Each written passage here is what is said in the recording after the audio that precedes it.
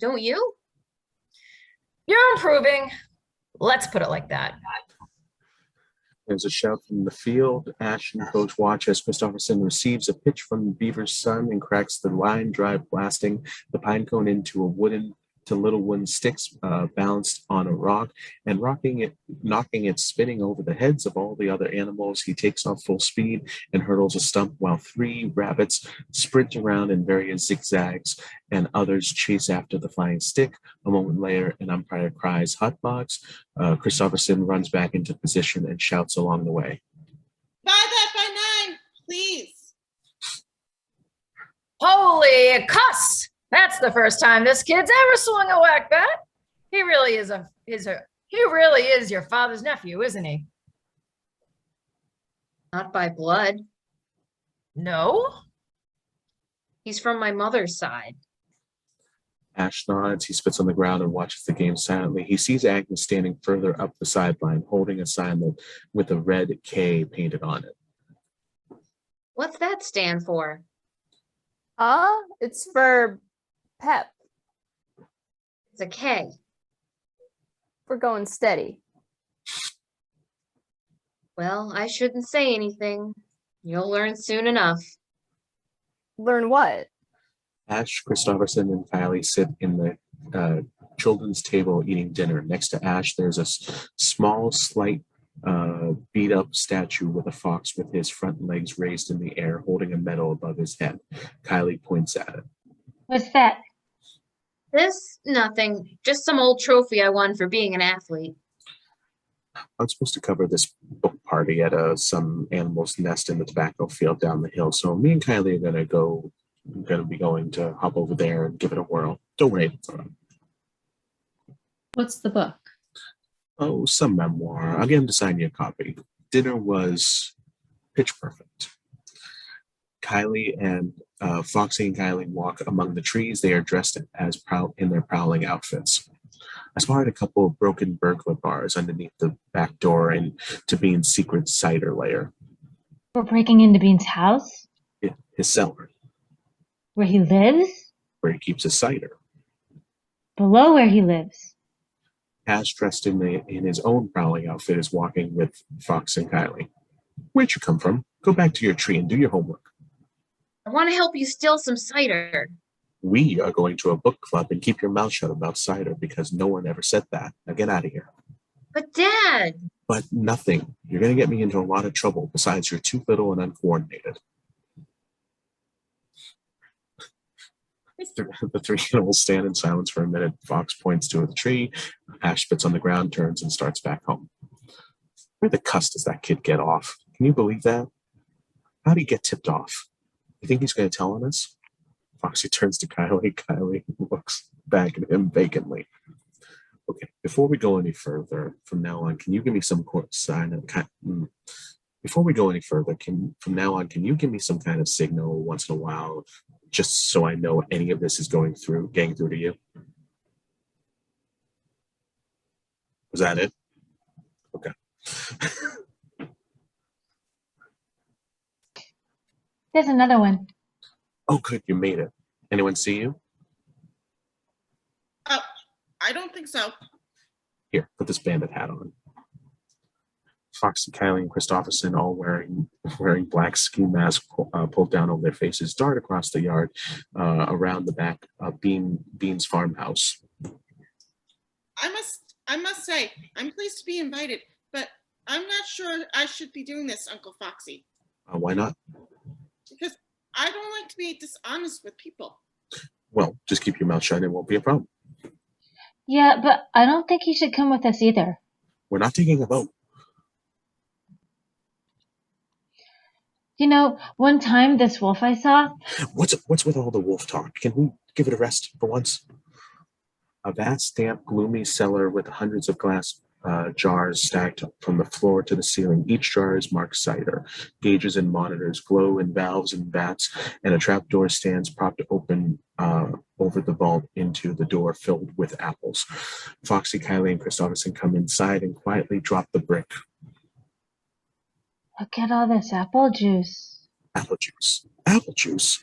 We didn't come here for apple juice. This is some of the strongest, finest alcoholic cider money can buy, or that can be stolen. It burns in your throat, boils in your stomach, and tastes almost exactly like pure melted gold.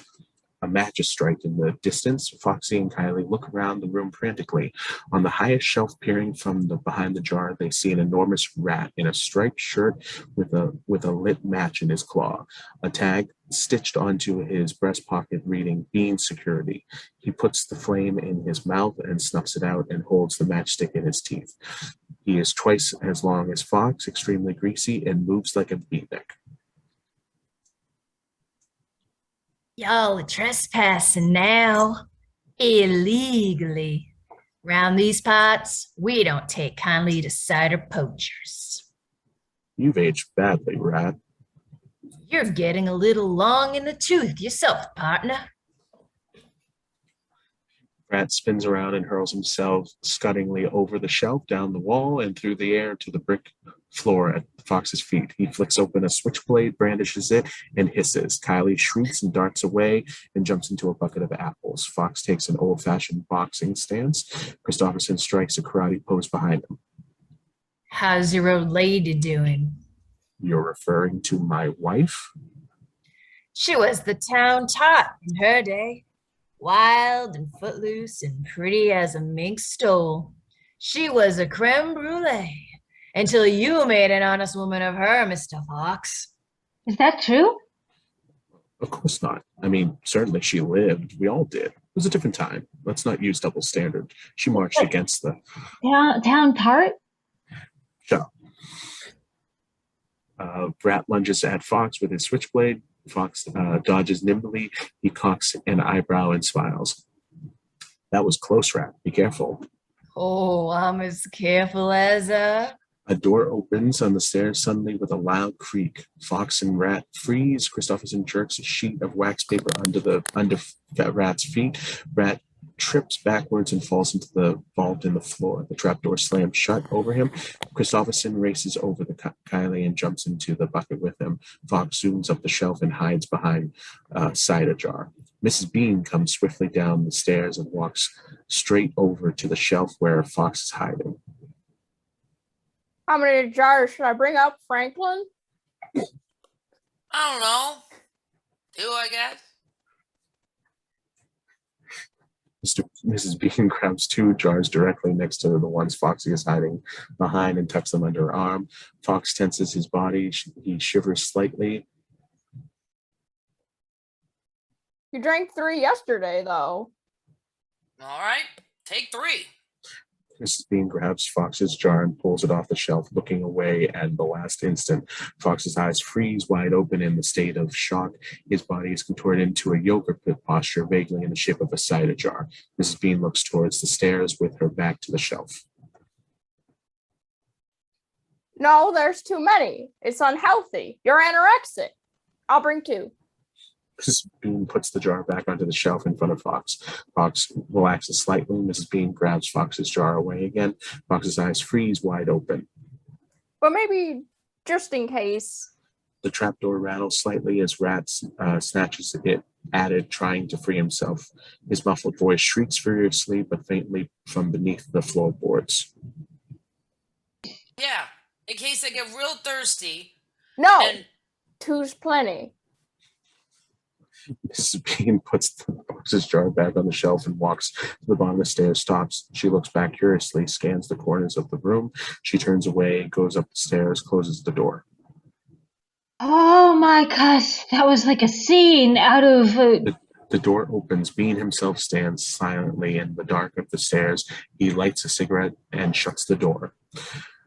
Fox, Kylie, and Kristofferson run away from Bean's farmhouse, rolling jars of cider in wicker baskets with wheels. Kylie and Kristofferson look badly shaken. Fox whispers, "What'd I tell you? This kid's a natural, am I right?" In Bean's house, Bean sits in an armchair in the darkness at the far end of his porch, sipping a glass of cider moonshine.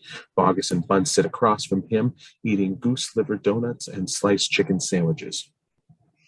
It's so good of you to come. Lovely to see you. You're both looking splendid. How have you been, Walter? In good health, I trust? Yeah, I've been, you know. Nathan, all's well? Wonderful. Any fox problems? You joking? It's horrible.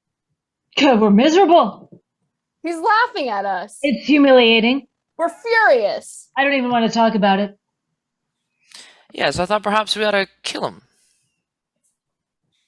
Well, that seems rather obvious. We've tried. He's too sneaky. Ah, right. Of course. He's very clever, isn't he? Quick and sly. Might be quite difficult, I suppose. Bean suddenly leaps to his feet, pulls out a 9mm lugger out of his coat pocket and fires behind his back, over his shoulder, and between his legs, shooting all of the lights. The porch goes dark. Bean flickers a flashlight and points it to his two colleagues' faces. But I've already figured out where this fox lives, and tomorrow night we're gonna camp in the bushes, wait for him to come out of the hole in his tree and shoot the cuss to smithereens. How's that grab you, fellas? Fox's tree night. Fox and Kylie come quietly into a half-lit kitchen dressed in the prowler outfits. They walk into the door.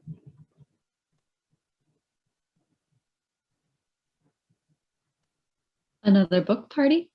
Whoa. Didn't see you there, sitting in the dark over there. Yeah, no, actually there was a fire. I just got the call. They said maybe it was arson. I gotta interview the marshal and see what's...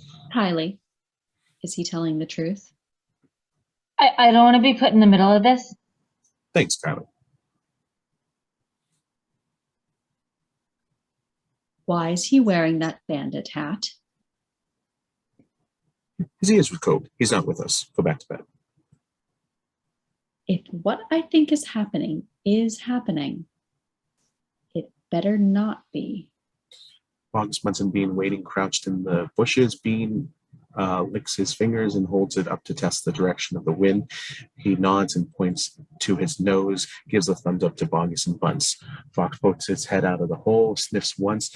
He moves an inch forward and stops. He sniffs again, and he waits for a moment and listens. He steps out of the hole. Nice job covering. Next time, twig snaps, Fox freezes. Boggis, Bunce, and Bean are frozen in the bushes. The branches of the trees, as the wind suddenly changes its direction. Fox, on high alert, rapidly sniffs the air 3 times in a row. All 3. Fox and Kylie spin around and dart into the hole as Boggis, Bunce, and Bean open fire from the bushes. A barrage of bullets and buckshots rip into the tree bark, then silence. Smoke from all 3 of the guns float up into the night air. Boggis, Bunce, and Bean approach the tree. Bean shines a flashlight into the fox's hole. In the circle of the light of the ground lies a tattered, blood-stained remains of a fox's tail. Bean picks it up and holds it in the air in front of Boggis and Bunce. We got the tail, but we missed the fox. Bean takes out a walkie-talkie. Petey, sorry to wake you. Can I trouble you to dash out here right away with, shall we say, 3 shovels, 2 pickaxes, 500 rounds of ammunition, and a bottle of apple cider? Mrs. Fox licks the stump of Fox's tail and mends it with gauze and medical tape. Kylie and Fox Cubs watch, concerned. It'll grow back, won't it? Tails don't grow back except for lizards. Tails don't grow back. I'm going to be tailless for the rest of my life. Well, anyway, it's not half as bad as double pneumonia, right? His dad's got 1 foot in the grave and 3 feet on a banana peel. That's a lot worse than... Kristofferson hurls an acorn violently onto the floor. It ricochets off the wall into a teacup. Everyone falls silent. Excuse me, everyone. I'm going to meditate for half an hour. You're muted, Emma. You've got 29 minutes to come up with a proper apology. Where's my bandit hat? Why didn't I get shot at? You think I'm no good at anything? Well, maybe you're right. Thanks. Told you not to bring him. By the custom, I was to my lawyer. At this point, we'll be lucky if we can flip this tree for half of what we already sunk into it. I won't be able to